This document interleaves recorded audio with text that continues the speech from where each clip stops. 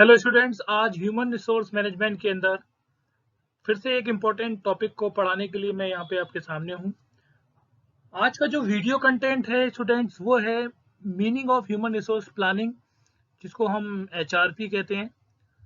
फिर scope and factors की बात करेंगे जो इन्फ्लुएंस करते हैं ह्यूमन रिसोर्स प्लानिंग को। तो जो आज का मेन कंटेंट है वो ह्यूमन रिसोर्स प्लानिंग पे बेस्ड है।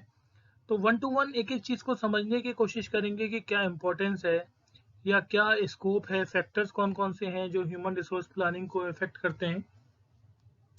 ह्यूमन रिसोर्स प्लानिंग या एचआरपी की जब हम बात करते हैं तो बेसिकली एक प्रोसेस है ह्यूमन रिसोर्स प्लानिंग, जिसके अंदर की प्रेजेंट या फिर जो प्रोस्पेक्टिव एम्प्लॉयज हैं या जो जॉब ओपनिंग है अपने ऑर्गेनाइजेशन के अंदर टाइम टू टाइम, उससे रिलेटेड सारी एक्टिविटीज को प्लान करना।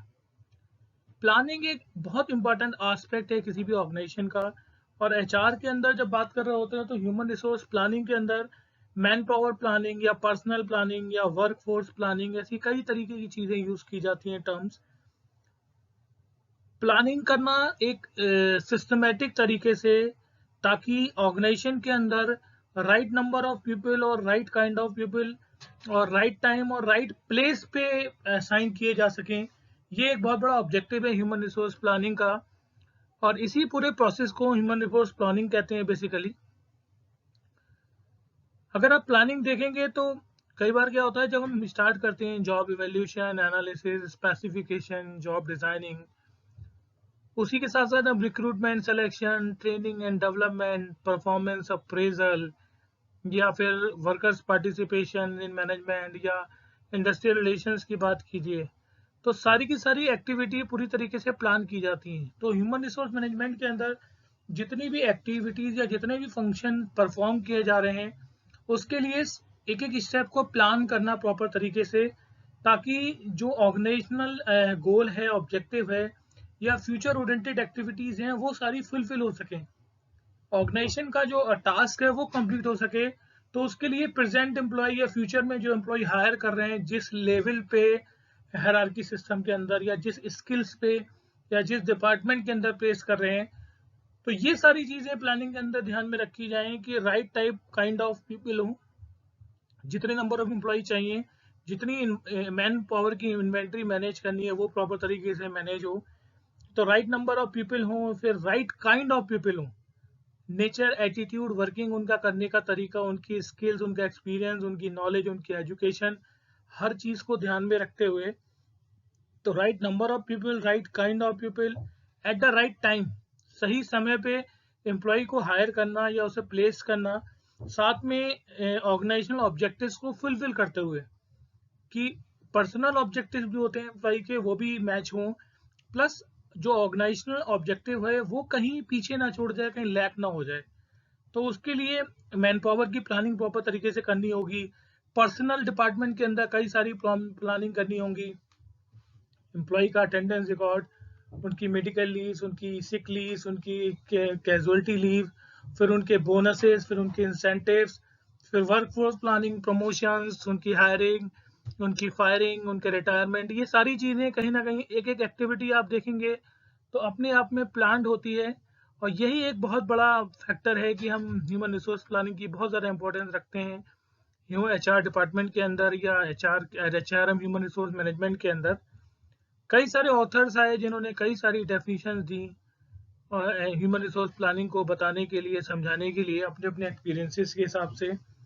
तो क्या होता है, एफिशिएंसी भी एम्प्लॉय की बनी रहे, दूसरा क्या है, जो गोल है वो भी अचीव हो, स्टाफ राइज करे, एक्सपेंसेस लेवल डाउन हो, ट्रेनिंग्स पे ज़्यादा ध्यान दिया जाए, ट्रेनिंग से रिलेटेड प्लानिंग करना, डेवलपमेंट से रिलेटेड प्लानिंग करना। तो ओवरऑल जो वर्कफोर्स है ऑर्गेनाइजेशन के अंदर, जो एम्प्लॉयज हैं, उनसे रिलेटेड एक्टिविटीज को प्लान करना और ह्यूमन रिसोर्स एक्टिविटी को ऑब्जेक्टिव या गोल के साथ मैच करते हुए चलना, that is a biggest process and that process is known as human resource planning. अगर मैं इसको दो पार्ट में ब्रेक करूं तो human resource plus planning. Planning एक जनरल एक्टिविटी है, जनरल फंक्शन है मैनेजमेंट का, जो हर मैनेजर को, हर डिपार्टमेंट को परफॉर्म करना होता है, एडमिनिस्ट्रेटिव फंक्शन। और ह्यूमन रिसोर्स मतलब मैन पावर, वर्कफोर्स, जिसके लिए प्लानिंग की जा रही है। तो दोनों चीजें कंबाइन करेंगे तो ह्यूमन रिसोर्स प्लानिंग का मतलब इम्प्लॉइज या वर्कफोर्स या जो भी लेबर है, उससे रिलेटेड, उसकी एक्टिविटी से रिलेटेड, उसकी वर्किंग से रिलेटेड, उसकी फंक्शनैलिटी से रिलेटेड हम हर एक्टिविटी को रिकॉर्ड करेंगे, प्लान करेंगे, ताकि जो गोल है ऑब्जेक्टिव का, जो टास्क अचीव करना चाहते हैं, वो प्रॉपर तरीके से अचीव हो सके। तो स्टूडेंट्स, कई सारे स्कोप हैं, कई सारे फैक्टर्स हैं जो बेसिकली रिलेटेड हैं, इन्फ्लुएंस करते हैं। नीड है ह्यूमन रिसोर्स प्लानिंग की बहुत इंपॉर्टेंट, जो अभी मैं डिस्कस करूंगा आपसे स्लाइड्स के अंदर। तो मूव करते हैं नेक्स्ट स्लाइड पे और आगे के कंटेंट्स को जानने की कोशिश करते हैं जो आज हम पढ़ने जा रहे हैं। This is one of my favourite slide, और टुडेज कंटेंट्स की बात करते हैं, क्योंकि स्टूडेंट्स को पता होना चाहिए कि आज मैं आपको क्या पढ़ाने जा रहा हूँ स्टूडेंट्स। तो उसके लिए आपको सारी चीज़ें फोकस हो सकेंगी, आप सब्जेक्ट से कनेक्टिविटी बना सकेंगे, एक को रिलेशन हो पाएगा प्रॉपर तरीके से, और आप विजुलाइज कर पाएंगे, एक एक टॉपिक को समझ पाएंगे माइंडसेट के साथ। तो मीनिंग की बात करेंगे ह्यूमन रिसोर्स प्लानिंग की, कि क्या एग्जैक्ट डेफिनेशन है जो डिफरेंट ऑथर्स ने दी।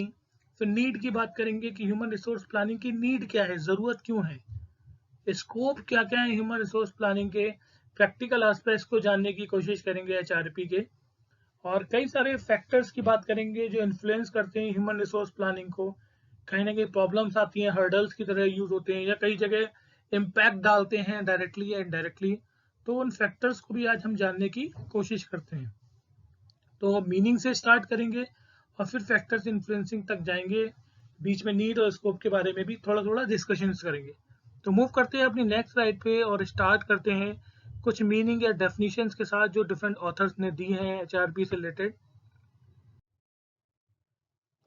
यहाँ पे डेफिनेशंस की बात कर रहा हूँ मैं ह्यूमन रिसोर्स प्लानिंग की। तो अलग अलग ऑथर्स ने अपने अपने एक्सपीरियंसेस, अपनी नॉलेज, अपने एक्सपोजर के हिसाब से कई सारी डेफिनेशन दी। यहाँ पे मैं कुछ कोट कर रहा हूँ डेफिनेशंस, ताकि क्लैरिटी आ सके, आपको समझने में आसानी हो कि ह्यूमन रिसोर्स प्लानिंग एग्जैक्टली क्या है या क्या कहना चाहते हैं ये ऑथर्स। तो बुल्ला एंड स्कॉट ने अपनी एक डेफिनेशन दी, according to Bulla and Scott, कि ह्यूमन रिसोर्स प्लानिंग एक प्रोसेस है जो इंश्योर करता है कि जो ह्यूमन रिसोर्स की रिक्वायरमेंट है उनको ऑर्गेनाइजेशन के अंदर आइडेंटिफाई किया जाए और प्लान किया जाए ताकि सेटिस्फाई हो सके वो रिक्वायरमेंट्स। तो एचआरपी सिंपली ए प्रोसेस कि इंश्योर करना कि जो भी ह्यूमन रिसोर्स है उनके रिक्वायरमेंट जो ऑर्गेनाइजेशन के अंदर है वो आइडेंटिफाई की जाए पहली चीज, और दूसरा उनके सेटिस्फेक्शन के लिए उन रिक्वायरमेंट्स को प्लानिंग की जाए। तो that is called human resource planning. तो यहाँ बुल्ला एंड स्कॉट ने ह्यूमन रिसोर्स को प्लानिंग को एक प्रोसेस की तरह शो किया है, जो कि इंश्योर कर रहा है यहाँ पे कि रिक्वायरमेंट सेटिस्फाई हो रही नहीं हो रही, उससे रिलेटेड प्लानिंग की जाए। पहले तो उन्हें आइडेंटिफाई किया जाए कि क्या रिक्वायरमेंट्स हैं ह्यूमन रिसोर्सेज की या एम्प्लॉयज की। दूसरे जेम्स वॉकर ने अपनी एक डेफिनेशन दी। तो अकॉर्डिंग टू जेम्स वॉकर कि ह्यूमन रिसोर्स प्लानिंग सिंपली उन्होंने भी कहा एक प्रोसेस है जहाँ पे एनालाइज करना है कि ह्यूमन रिसोर्स की जो नीड्स हैं वो चेंजिंग कंडीशंस में क्या है। अगर कंडीशंस चेंज हो रही हैं ऑर्गेनाइजेशन के अंदर, तो जो ह्यूमन रिसोर्स हैं, एम्प्लॉयज हैं ऑर्गेनाइजेशन के अंदर, उनकी नीड्स को एनालाइज करना, और that process is known an human resource planning. इसके अलावा जिस्टन ने या डेल ने कई सारी डेफिनेशन दी, और सबने इसको ह्यूमन रिसोर्स प्लानिंग को एक प्रोसेस कहा है। सबने कहा है कि फोरकास्ट करना, डेवलप करना या फ्यूचर ओरिएंटेड एक्टिविटीज को रिकॉर्ड करना, उसके लिए एक प्रोसेस डेवलप करना, that is human resource planning. और प्लानिंग टाइम टू टाइम करनी है, मैन पावर से रिलेटेड या पर्सनल से रिलेटेड या वर्कफोर्स से रिलेटेड।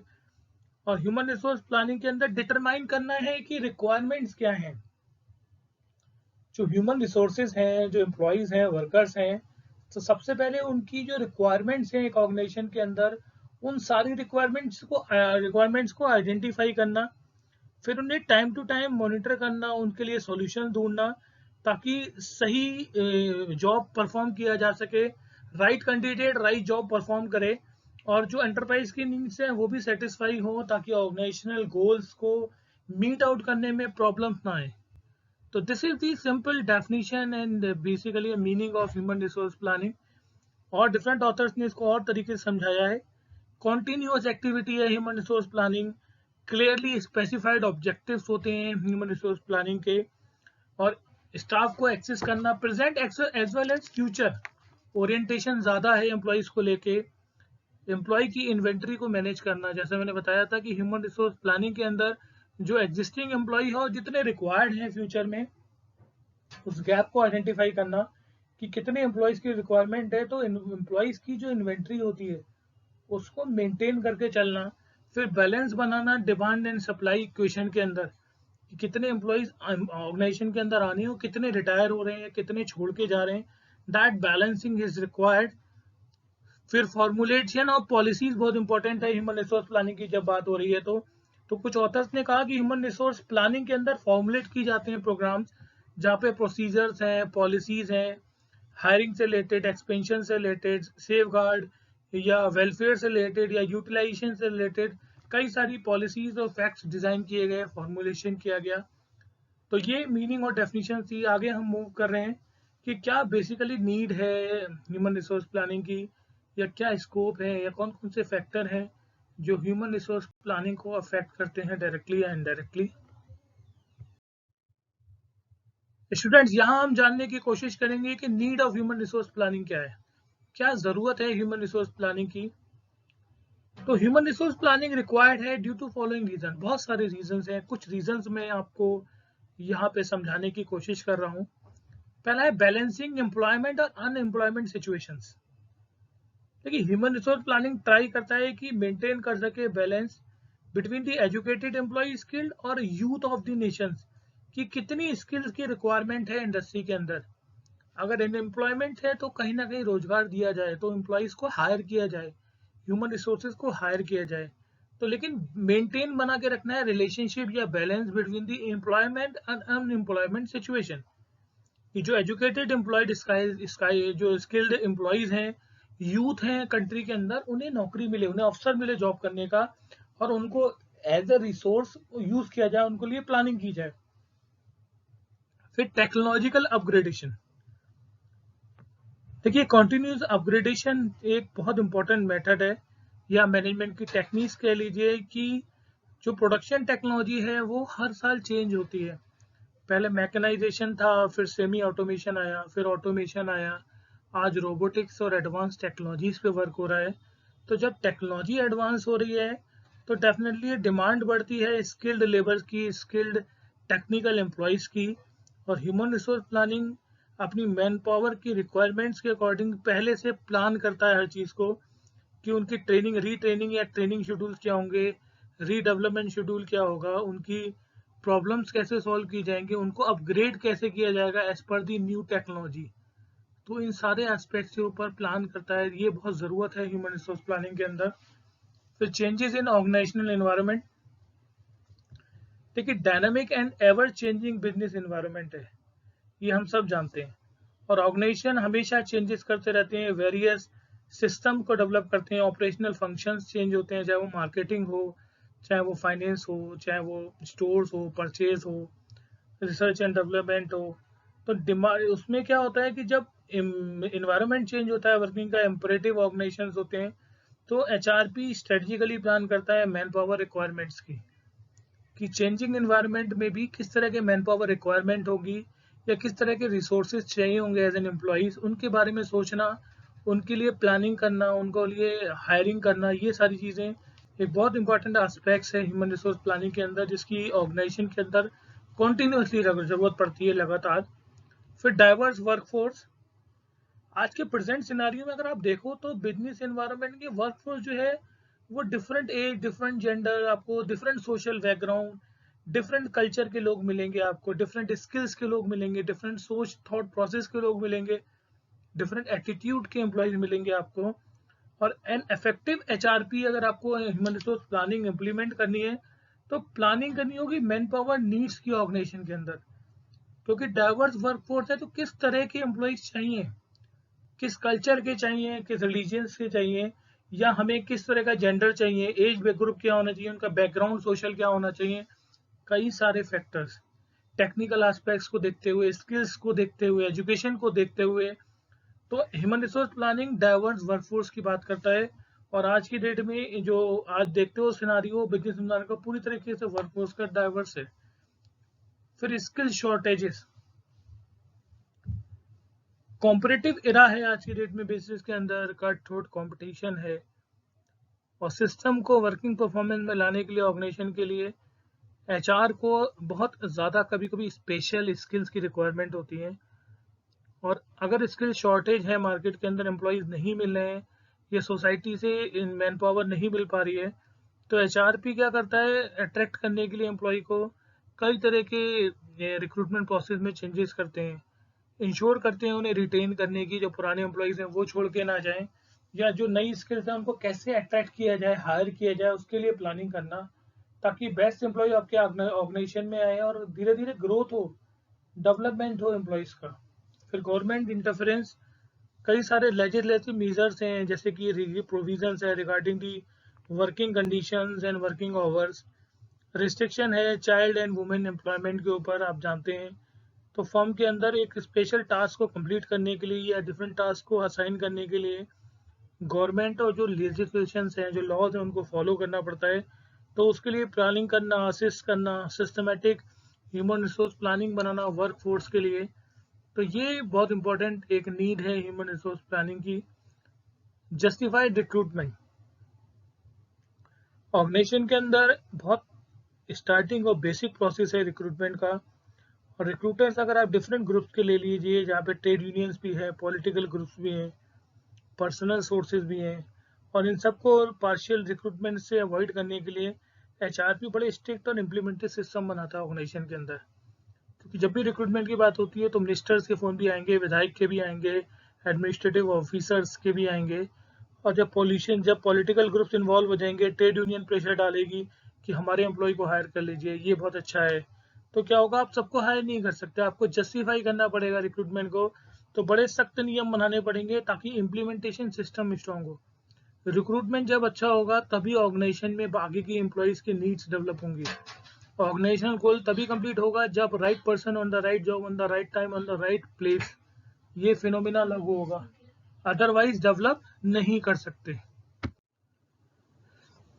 तो सिस्टमेटिक कॉन्सेप्ट के साथ एचआर वर्किंग करता है ह्यूमन रिसोर्स प्लानिंग के अंदर। लीड टाइम कैलकुलेट किया जाता है, प्रोडक्शन फैसिलिटीज़ हो, एम्प्लॉय को वेलफेयर एक्टिविटीज़ हो, उन्हें सैनिटाइजेशन या उन्हें वेंटिलेशन की फैसिलिटी, फिर फ्यूचर गोल्स उनको बताए जाएँ एम्प्लॉयज़ को, ताकि वो उस हिसाब से प्रोग्रेस कर सकें। वर्किंग एटीट्यूड चेंज हो, बोनसेस की बात की जाए एम्प्लॉयज़ के। तो बहुत सारी नीड है ह्यूमन रिसोर्स प्लानिंग की और बहुत इंपॉर्टेंट नीड्स हैं। अगर प्लानिंग नहीं करेंगे तो धीरे धीरे एक्टिविटीज फेल हो जाएंगी और कॉम्प्लेक्स हो जाएंगी। इसके बाद स्टूडेंट बात करूंगा मैं स्कोप की और फैक्टर्स की जो इम्पोर्टेंट है ह्यूमन रिसोर्स प्लानिंग के लिए। यहाँ जैसा मैं बात कर रहा हूँ कि स्कोप ह्यूमन रिसोर्स प्लानिंग के मैं डिस्कस कर रहा हूँ कि कई सारे स्कोप हैं ह्यूमन रिसोर्स प्लानिंग के, और आइडेंटिफाई करना मैन पावर रिक्वायरमेंट्स को, और इन सारे स्कोप्स को इंक्लूड करते हुए प्रैक्टिकलिटी में projecting future human resource requirements. HRP project करता है कि डिमांड ऑफ मैन पावर कितनी होगी फ्यूचर में, या ऑर्गेनाइजेशन को कितने एम्प्लॉयज़ की रिक्वायरमेंट होगी, वो इन्वेंट्री मैनेज रहे। तो ये प्रैक्टिकल एस्पेक्ट्स है कि मैथमेटिकल कैलकुलेशन की जाए, एनालाइज किया जाए एनवायरनमेंट, और डिफरेंट पर्सपेक्टिव और फॉर्मुलेट करने के साथ स्पेसिफिक प्लान डेवलप किए जाएँ फ्यूचर के, ताकि जो प्रोजेक्शन है वो क्लियर हो और ह्यूमन रिसोर्स प्लानिंग जो है वो प्रॉपर तरीके से इम्प्लीमेंट हो सके।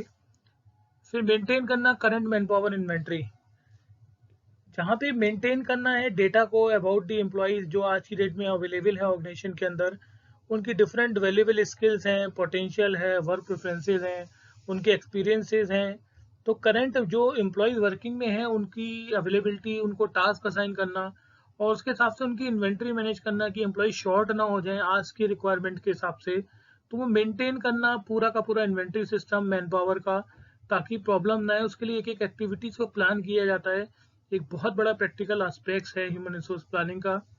फिर प्रिडिक्ट करना ह्यूमन रिसोर्स इश्यूज, कि जो बेसिकली मेंटेन करना होता है रिलेशनशिप या balance between the existing sources and expected future positions.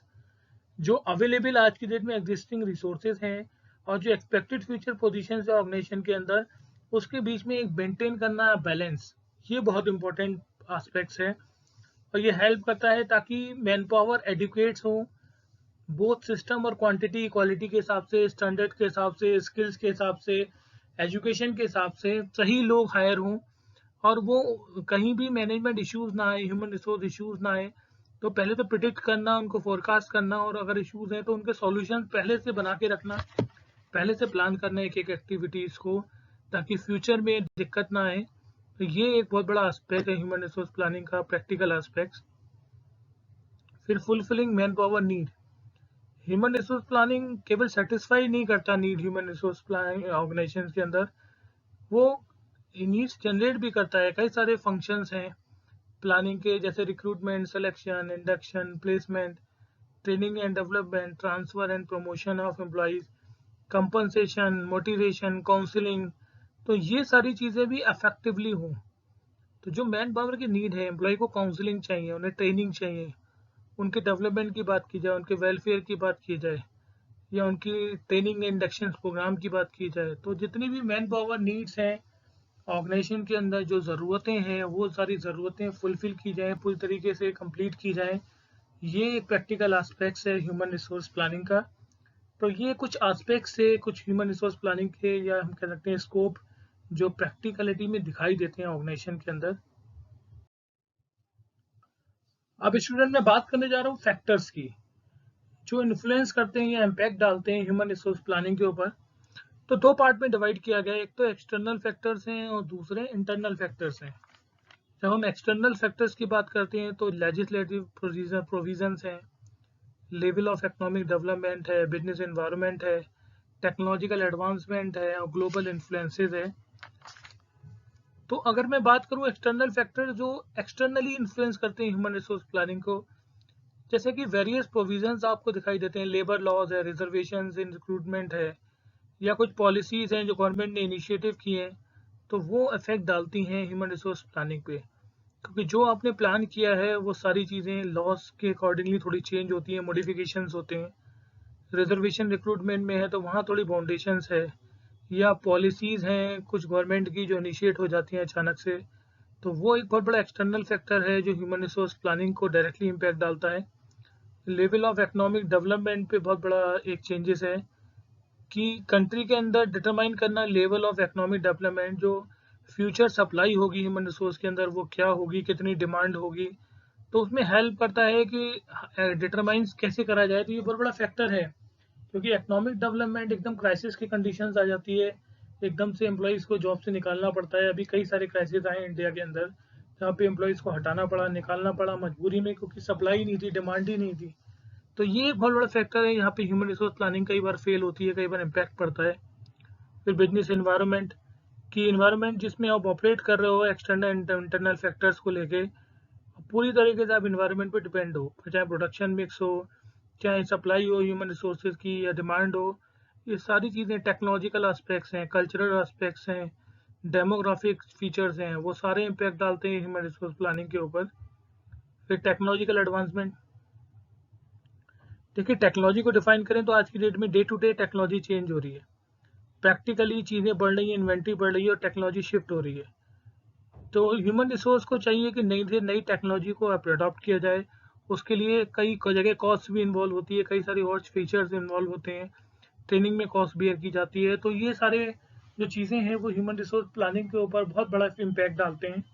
फिर ग्लोबल इन्फ्लुएंसेस बहुत ज़्यादा हैं, वर्ल्ड वाइड इम्पैक्ट पड़ता है डिमांड और सप्लाई के ऊपर।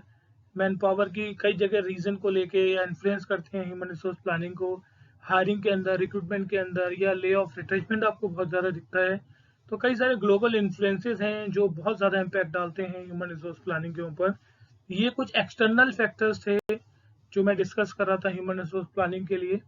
कुछ इंटरनल फैक्टर्स हैं, उनकी बात करता हूँ मैं यहाँ पे। जब मैं इंटरनल फैक्टर्स की बात करता हूँ जो इन्फ्लुएंस कर रहे होते हैं ह्यूमन रिसोर्स प्लानिंग को, जैसे फर्म्स का प्लान एंड गाइडलाइंस है। हर कंपनी की स्ट्रेटजी होती है ग्रोथ को लेके, एक्सपेंशन को लेके, या डाइवर्सिफिकेशन को लेके, जो डिक्टेट की जाती है कि जो नीड है ह्यूमन रिसोर्स की, वो terms of quantity quality within the organisation कैसे मैनेज की जाए। तो ये एक बहुत बड़ा फैक्टर है कि फर्म के प्लान चेंज होते हैं, गाइडलाइंस बदलती हैं, चाहे वो क्वांटिटी को लेके या क्वालिटी को लेके, या ग्रोथ या एक्सपेंशन स्ट्रेटजीज की वजह से। तो ये एक बहुत बड़ा इंटरनल मैटर है जो इन्फ्लुएंस करता है ह्यूमन रिसोर्स प्लानिंग को। फिर rules and regulation for human resources, specified rules और रेगुलेशन जो ऑर्गेनाइजेशन के अंदर बनाए जाते हैं स्किल्ड रिक्वायरमेंट को लेके, या लेबर के ऊपर डिसिप्लिन को लेके, चाहे कंपनसेशन को लेके या प्रोविजन ऑफ द वर्कफोर्स को लेके, they also affect the human resource planning. और कहीं ना कहीं इम्पैक्ट पड़ता है इनका भी, रूल्स एंड रेगुलेशंस और गाइडलाइंस का। फिर जॉब एनालिसिस की कॉम्प्रिहेंसिव स्टडी पर्टिकुलर जॉब के लिए जब रेफरेंस के थ्रू की जाती है कि कितनी स्किल्स रिक्वायर्ड होगी पर्टिकुलर जॉब को पूरा करने के लिए, तो कितने नंबर ऑफ एम्प्लॉय चाहिए, तो उसके लिए कॉम्प्रिहेंसिव डिटर्मिनेशन होता है स्किल्स के बेस पे। और जब रिक्रूटमेंट करते हैं तो डिफरेंट पैरामीटर्स एस्पेक्ट ध्यान में रखने पड़ते हैं, और ये जॉब एनालिसिस पूरी तरीके से इम्पैक्ट डालता है ह्यूमन रिसोर्स प्लानिंग के ऊपर। फिर perspective of time frame, human resource planning organisation का कई कंपनी का वेरी करता है अकॉर्डिंग टू इन्वायरमेंट या उनकी ऑपरेटिंग कंडीशंस के बेस पे। इन्वायरमेंट रिलेटिवली स्टेबल होता है, लेकिन कंपनी जब लॉन्ग टर्म प्लानिंग की बात करती है तो चेंजेस करने पड़ते हैं, हाईली डायनामिक फीचर्स इन्वॉल्व हो जाते हैं। रिकमेंड करना पड़ता है कंपनी को कि शॉर्ट टर्म प्लानिंग भी की जाए और लॉन्ग टर्म प्लानिंग को बैलेंस करने की कोशिश की जाए, एक पर्टिकुलर टाइम फ्रेम में डिसीजंस लिए जाए और उन डिसीजंस को कैसे कैसे फुलफिल करना है, उनको कैसे मैनेज करना है, ये बहुत बड़ा फैक्टर है जो इम्पैक्ट डालता है ह्यूमन रिसोर्स प्लानिंग पे। फिर रिलायबिलिटी एंड क्रेडिबिलिटी इन्फॉर्मेशन की बात कर लीजिए कि इफेक्टिव प्लानिंग बेस्ड होती है एक्यूरेट डेटा पे, लेकिन कई बार डेटा जो होता है ऑर्गेनाइजेशन के अंदर वेरी करता है, और जैसे कैपिटल बजटिंग है या ऑर्गेनाइजेशन स्ट्रक्चर है या लेवल ऑफ टेक्नोलॉजी है या फंक्शनल एरिया ऑब्जेक्टिव्स हैं या जॉब एनालिसिस है या रिक्रूटमेंट के सोर्सेज हैं या रिक्रूटमेंट प्लान्स है या ट्रेनिंग बजट है, ट्रेनिंग कॉस्ट है, ट्रेनिंग प्रोसीजर्स हैं, ये सारे जो हैं पूरी तरीके से इम्पैक्ट डालते हैं ह्यूमन रिसोर्स प्लानिंग के ऊपर। तो इन्फॉर्मेशन अगर राइट होगी, इन्फॉर्मेशन प्रॉपर होगी, टाइम टू टाइम अवेलेबल होती रहेगी, तो चीज़ें रिलायबल रहेंगी, क्रेडिबल रहेंगी, अदरवाइज वो फिर प्रॉब्लम क्रिएट करती हैं।